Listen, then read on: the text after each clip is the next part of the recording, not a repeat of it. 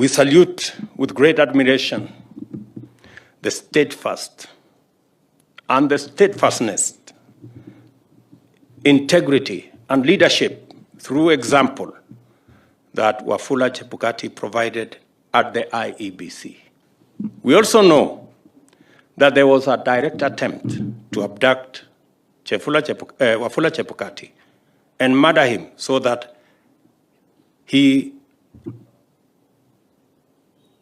the commission would be paralyzed. We will never go back to the handshake conundrum.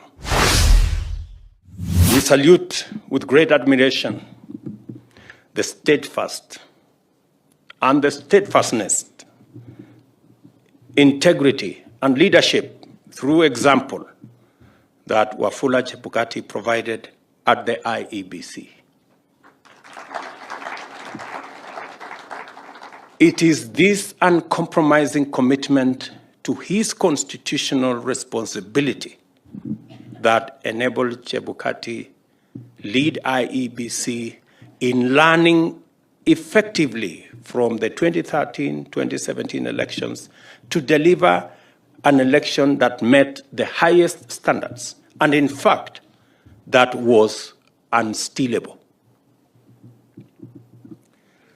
It takes a person who can stare death in the face and nevertheless pursue the right course of action to uphold, protect, and defend our constitutional values and principles, and to enable the legitimacy and to enhance the legitimacy of our institutions, as our brothers in the IEBC did.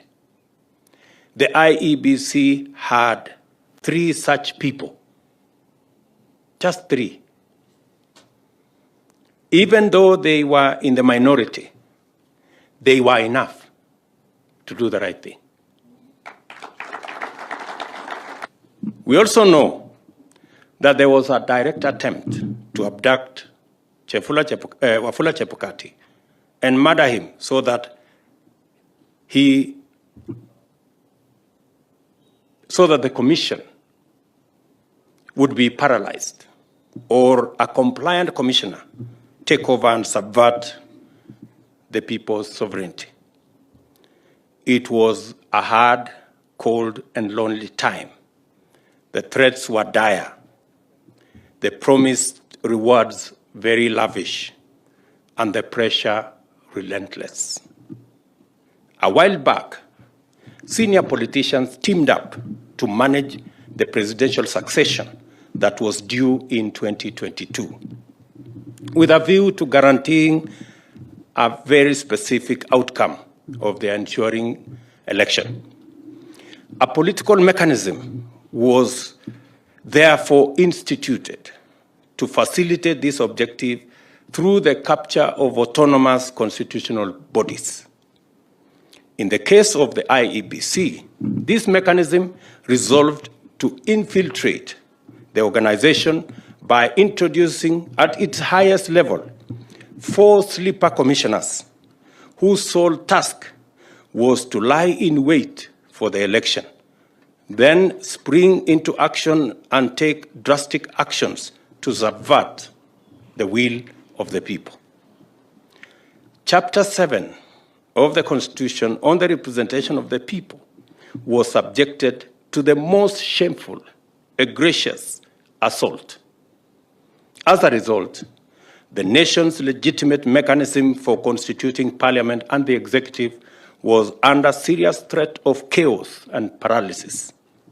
This is the magnitude of the atrocity which shamefully desperate criminal spectacle of the Bomas of Kenya represents. The unfortunate events of 2007-2008 are fresh in our minds. By the time we hauled ourselves out of the abyss that was the 2007 post-election crisis, we had lost thousands of lives, millions of livelihoods. We had lost confidence in our institutions. We had lost a lot of hope, and we had lost political sense. The 2022 assault was intended to to go much further and subject this country to a much more insurmountable existential predicament.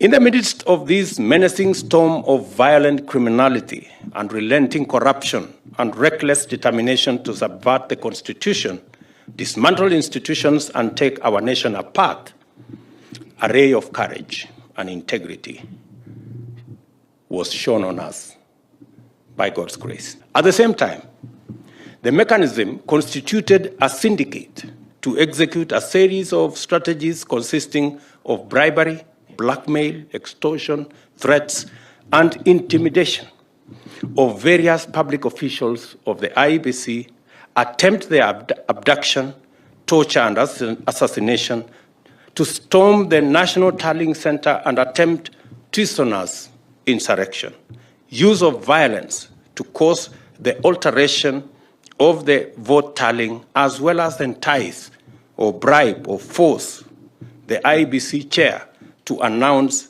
their favored candidate, or failing this, eliminate him and replace him with a willing accomplice from among the sleepers.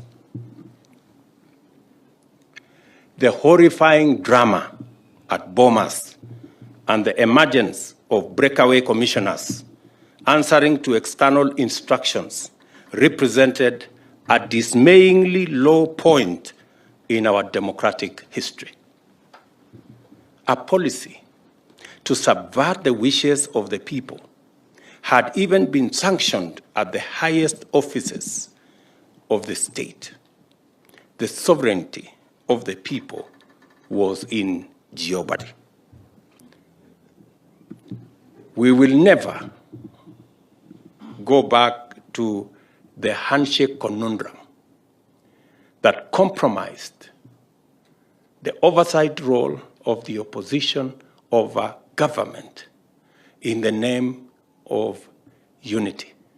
And we are going to demonstrate that it is possible to work with the people who did not vote for you as an opposition, holding government to account, but serve all the people of Kenya without distinction of who voted for which side.